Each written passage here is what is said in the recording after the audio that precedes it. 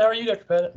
Good. I'm seeing some of the students that did writing with me over the summer is on this call too. I love it. Cool. Hi, Bryce. Hi, Glenn. How's it going, Dr. Pettit? Going well. Hello. Hi, Glenn. Hey, Dr. Hemrick, Dr. Lee. I was just starting the recording, so I'll get started here, and I guess it's 12:30. So thank you, everybody, for joining today for another one of these brief Teams talks. I really did today want to just kind of talk about what's available as far as some places we can access open access journals, open access content. So things that aren't going to be behind paywalls. It's a lot of even vendors we pay for are moving in this direction. Open access is really becoming a big thing with making research more accessible. And so really what I want to talk about today is just a couple different places we have that you can find a lot of this open access content. Some of them are from vendors that we pay for. Some of them are just freely available services that we link to from our website. So if you've used the LUCOM library site at all, you're familiar with this. At the bottom, underneath the databases drop down, there's this link for research guides, which takes you to our we call it a LibGuide. It's called a LibGuide, but we call it a research guide because nobody outside of libraries has ever heard of LibGuide before. So it takes you to our research guide, and there's these tabs up here of different pages that I've built for this. There's an A to Z database list, and I might add these links to maybe some quick links, or maybe even under databases here if more people are interested. But under the A to Z database list, one of the first ones I want to show you is something called Biomed Central. And it's a link, these are alphabetical, so Biomed Central is right here. I actually already have it open. And so this is done by Springer. If you've probably heard of Springer before, and they have a bunch of open access journals in multiple disciplines. This is not just medicine or life sciences or biochemistry, things like that. But you'll see they have biomedicine, and they also have medicine and health. So you can browse for what journals are included in this open access, advances in rheumatology, physiotherapy, even some public health in here. But one of the things I wanted to point out is if you're looking through these, all this is legitimate peer-reviewed research, but you'll notice that some of these have an indication next to them about what kind of peer review the article went through. So just if you're familiar with that, this is redundant, but open peer review is where the principal investigator or the authors, they know who is doing the peer review, and there may be some communication between them. There's also transparent peer review, but it'll indicate that next to those particular journals. So complementary medicine therapies, you'll see is transparent peer review.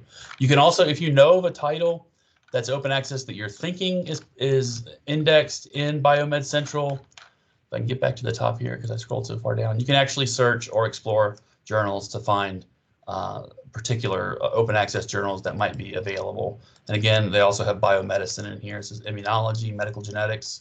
Some of these might be interesting to some faculty that have specialties. So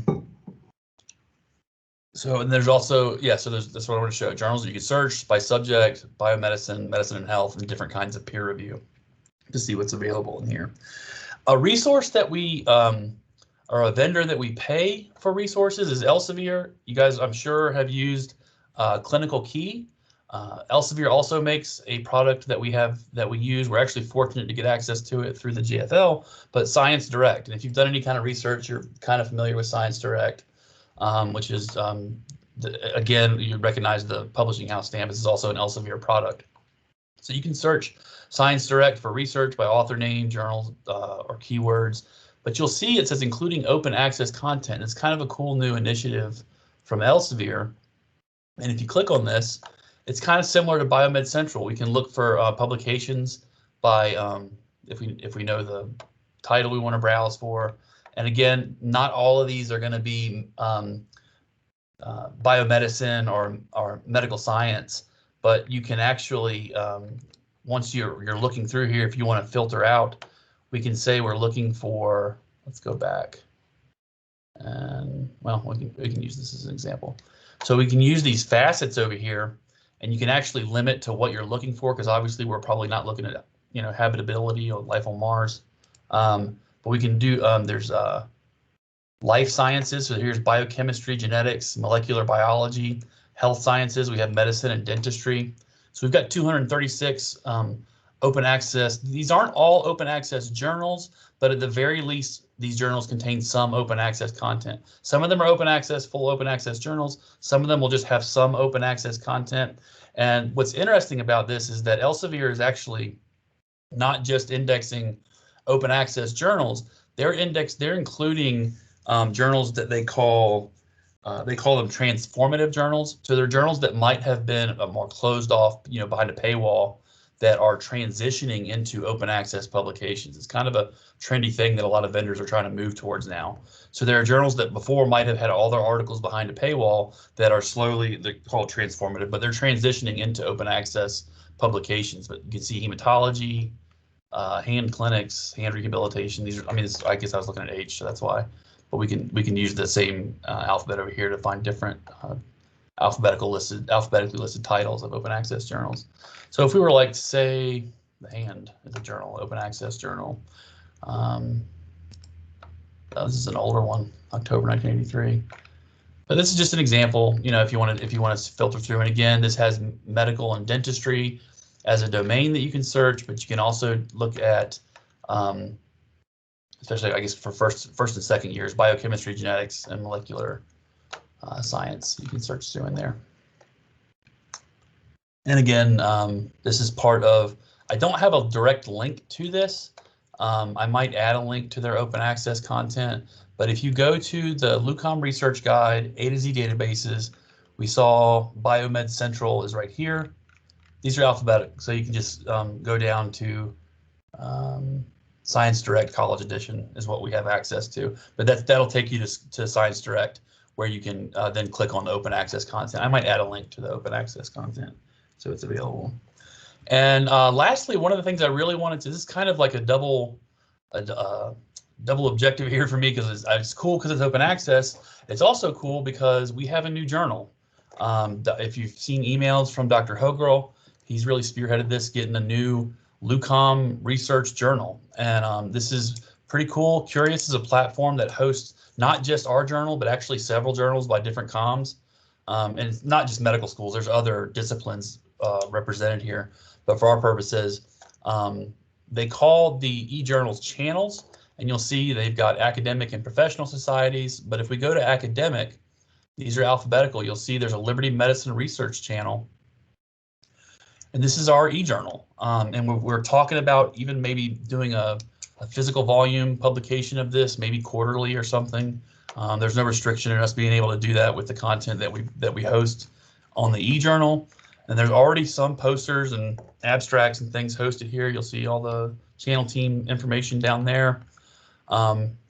It's pretty straightforward how it works. It's just the e-journal. There's posters, abstracts, meetings, and this is just populated with some of the stuff we've done already. But we actually are trying to encourage student interest in this because it's a really cool way to get maybe your research projects published. And as I was saying something before we really got started, when Dr. Hogirl first started talking about doing a Liberty research, a LUCOM research journal, I was looking into what it takes to get indexed in Pubmed and Medline, and the requirements are actually kind of strict to get your research or your abstracts indexed in Pubmed or Medline. You have to have up to 25 articles published. You have to have been in existence for 2 years. And once you do your submission to request to be indexed in Pubmed or Medline, if they find something that they just don't like about your journal and they reject it, you have to wait 5 more years before you can even submit again to be indexed in Pubmed or Medline. And that's with starting from scratch. What's cool about this is, and Dr. Hogirl is like brilliant with this, I'm still not sure I understand why the NIH allows this, but the e-journals that are on Cureus content is indexed in Pubmed and Medline within 6 weeks. There's no 2-year wait limit. There's no up to 25 articles. There's none of that.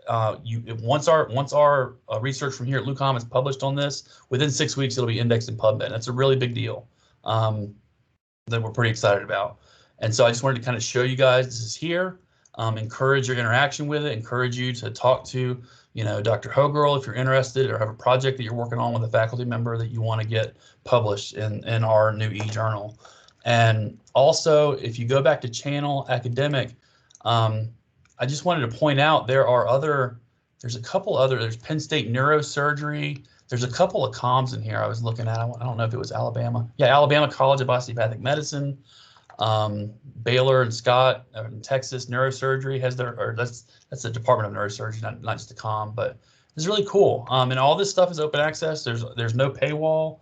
There's no restrictions in being able to get to this literature. So this is a really cool resource, and I really encourage you to interact with it and talk, and definitely talk to Dr. Hogirl if you have anything, projects that you might be interested in publishing here. And so that's basically mostly what I wanted to show today. I know it's very brief. It's not really, showing how to use something. I mean, these are very straightforward how to use, but just kind of to show you that we do have access to a lot of open access journals, open access content. Most of the straight open access content you're going to find across the board is going to be in this Biomed Central and in Cureus. Science Direct, they're building out this feature of open access content. And like I said, they focus on things that are open access, but they're also really trying to focus on transformative open access journals that are moving from kind of a behind a paywall platform to being open access. So some of their content in those journals will be open access, while some of it's not quite yet, but hopefully that's the direction they're going in. So that's basically it. And I can, like I said, I record this, and if anybody has any interest in more open access resources, please let me know, and we can talk more about it. I can show you some more that we might have access to. But thank you for your time. Is there any questions or? Sure. Hey, Dr. Pettit. Hey, Rob. So for students that have projects that have been submitted to journals, but still awaiting decisions, Right. I guess my question is for the Cureus, the e-journal platform. What are the copyright issues for that? Because we are not allowed to publish something in, say, Journal of the American Osteopathic Association and on Cureus. It has to be. It is open access, but we're not allowed to I don't know what you would call that. We can't have dual publication. Double dip. Double dip. Yeah, we can't do that. Yeah. Okay. I figured that because when I submitted a journal on behalf of some students this past summer, I had to sign something that says it has not been printed or accepted anywhere else and things like that. So I just wanted to make sure that we're all clear about the copyright issues with regards to this. So thank you. Sure. Hey, Rob, could you show us how to get to Cureus again? Sure. I just went to Cureus.com. I just okay. I think I've added a link. I just added. So if you go to, or I guess it's not here yet, or maybe I thought I added it. Maybe not. I'm gonna. Oh, there it is. I need to resort these. So if you go to that A to Z database list on the research guide, I added the link to Cureus, but I haven't. I can resort this so it'll be alphabetical. But Cureus is right here, and it's open access. It's not behind a paywall. We pay for access to use the platform. But everything is open access. It's not behind a paywall or anything. And it brings up the link that I've put on the research guide takes you directly to Cureus, so you can find access to all the e-journals and channels.